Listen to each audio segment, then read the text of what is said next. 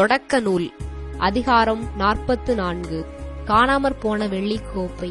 பின்னர் யோசேப்பு தம் வீட்டு மேற்பார்வையாளனை நோக்கி, அவர்களுடைய கோணிப்பைகளில் அவர்கள் தூக்கிச் செல்லும் அளவு தானியம் நிரப்பி அவனவன் பணத்தை பையின் வாயில் வைத்து கட்டிவிடு. இளையவனது கோணிப்பை வாயில் எனது வெள்ளிக்கோப்பையையும் தானியத்துக்கு அவன் கொடுத்த பணத்தையும் வைத்து கட்டிவிடு என்று கட்டளையிட்டார். யோசேப்பு சொன்னவாறே அவனும் செய்தான். காலையில் கதிரவன் உதித்ததும் அவர்கள் தங்கள் கழுதைகளோடு அனுப்பி வைக்கப்பட்டனர். அவர்கள் நகரை விட்டு சிறிது தூரம் போயிருப்பர். அப்பொழுது யோசேப்பு தம் வீட்டு மேற்பார்வையாளனை நோக்கி, நீ எழுந்து அம்மனிதர்களை துரத்தி பிடித்து, நன்மைக்கு கைமாறாக நீங்கள் தீமை செய்வது ஏன்? இது என் தலைவர் பருக பயன்படுத்துவது அல்லவா? இது அவர் குறிபார்க்க பயன்படுத்துவது அல்லவா? நீங்கள் செய்தது மிக பெரும் மோசடி என்று சொல்வாய் என்றார். அவனும் அவர்களை விரட்டி பிடித்து இந்த வார்த்தைகளை அவர்களுக்குச் சொன்னான். அதற்கு அவர்கள் அவனிடம், ஐயா, தாங்கள் இப்படி பேசுவதேன்? உம் அடியார்களாகிய நாங்கள் இத்தகைய முறையற்ற செயலை செய்திருப்போமா?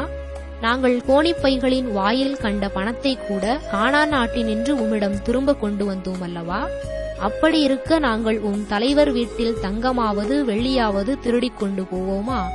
உம் அடியார்களாகிய எம்முள் எவனிடமாவது அது காணப்பட்டால் அவன் செத்தொழியட்டும், நாங்களும் எங்கள் தலைவருக்கு அடிமைகள் ஆவோம் என்று பதில் சொன்னார்கள்.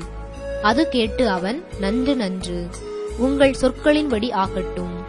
அது எவனிடம் அகப்படுமோ அவன் எனக்கு அடிமையாக இருப்பான். மற்றவர்கள் குற்றமற்றவர்களாயிருப்பீர்கள் என்று அவர்களுக்குச் சொன்னான். அப்பொழுது அவர்கள் விரைந்து கோணிப்பைகளை தரையில் இறக்கி வைத்தார்கள். ஒவ்வொருவனும் தன் கோணிப்பையை திறந்தான். மூத்தவன் முதல் இளையவன் வரை அவன் சோதித்தபோது அந்த கோப்பை பென்யமீன் பையில் காணப்பட்டது. அப்பொழுது அவர்கள் தங்கள் ஆடைகளை கிழித்துக் கொண்டு கழுதைகளின் மேல் சுமையை ஏற்றி நகருக்கு திரும்பி வந்தனர். அதுவரை யோசேப்பு அங்கேதான் இருந்தார். யூதா தம் சகோதரருடன் வந்து சேர்ந்தார். அவர்கள் அவருக்கு முன் தரையில் வீழ்ந்து வணங்கினர்.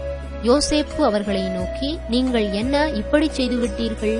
குறிபார்ப்பதில் என்னைப் போன்றவர் எவருமிலர் என்பது உங்களுக்கு தெரியாதா என்று வினவினார்.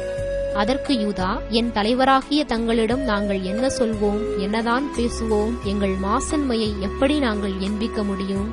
கடவுளே உம் அடியார்களின் தீச்செயலை கண்டுபிடித்தார். இதோ நாங்களும் எவனிடம் கோப்பை கண்டுபிடிக்கப்பட்டதோ அவனும் தங்களுக்கு அடிமைகளாவோம் என்று சொன்னார்.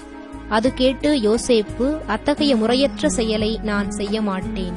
கோப்பை எவனிடம் அகப்பட்டதோ அவன் மட்டும் எனக்கு அடிமையாக இருப்பான். மற்றவர்கள் உங்கள் தந்தையிடம் நலமாகச் செல்லுங்கள் என்றார். யூதா பென்யமீனுக்காக பரிந்து பேசுதல். யூதா அவர் அருகில் வந்து, என் தலைவரே, அடியேன் ஒரு வார்த்தை கூற அனுமதித்தாரும். என் தலைவரே, செவிசாய்த்திருளும். உம் அடியான் மீது சினம் கொள்ள வேண்டாம். நீர் பார்வோனுக்கு இணையானவர்.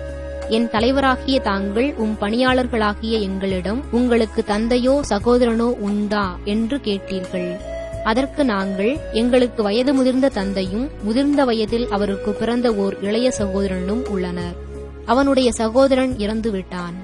அவன் தாயின் பிள்ளைகளில் அவன் ஒருவனே இருப்பதால் தந்தை அவன் மேல் அதிக அன்பு கொண்டிருக்கிறார் என்று தலைவராகிய தங்களுக்கு சொன்னோம். அப்பொழுது தாங்கள், அவனை என்னிடம் அழைத்து வாருங்கள், நான் அவனை நேரில் பார்க்க வேண்டும் என்று உம் அடியார்களுக்குச் சொன்னீர்கள். நாங்கள், அந்த இளைஞன் தன் தந்தையை விட்டு பிரிய இயலாது, பிரிந்தால் அவர் இறந்து போவார் என்று தலைவராகிய தங்களிடம் சொன்னோம்.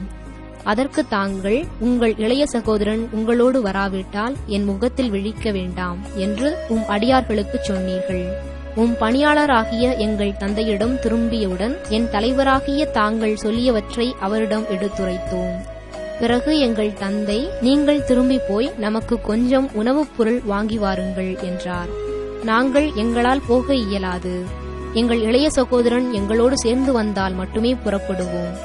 வராவிட்டால் இவன் இல்லாமல் நாங்கள் அவர் முகத்தில் விழிக்க மாட்டோம் என்றோம்.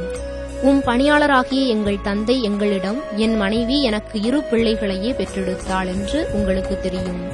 ஒருவன் என்னை பிரிந்து வெளியே சென்றான். அவன் ஒரு கொடிய விலங்கால் பீறி கிழிக்கப்பட்டான் என்று நினைத்து கொண்டேன். ஏனெனில் இதுவரை அவனை காணவில்லை.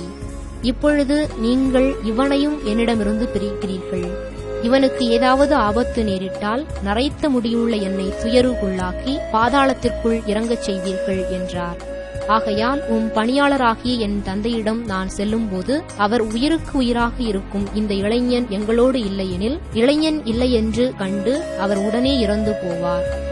பணியாளர்களாகிய நாங்கள் நரைத்த முடியுள்ள ஊழியரான எங்கள் தந்தையை துயருக்குள்ளாக்கி பாதாளத்திற்குள் இறங்கச் செய்தவர்கள் ஆவோம். எம் தந்தையிடம் இளைஞனின் பாதுகாப்புக்கு அடியான் பொறுப்பேற்றிருக்கிறேன்.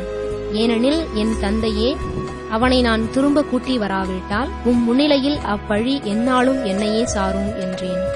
ஆகையால் இப்பொழுது இளைஞனுக்கு பதிலாய் அடியேனை உமக்கு அடிமையாக்கியுள்ளோம். இளைஞனையோ அவன் சகோதரர்களோடு சேர்ந்து போகவிடும். இளைஞன் என்னோடு இல்லாவிடில் எப்படி என் தந்தையிடம் நான் திரும்புவேன்? என் தந்தைக்கு நேரிடவிருக்கும் துன்பத்தை எப்படி நான் பார்த்து கொண்டிருப்பேன் என்றார்.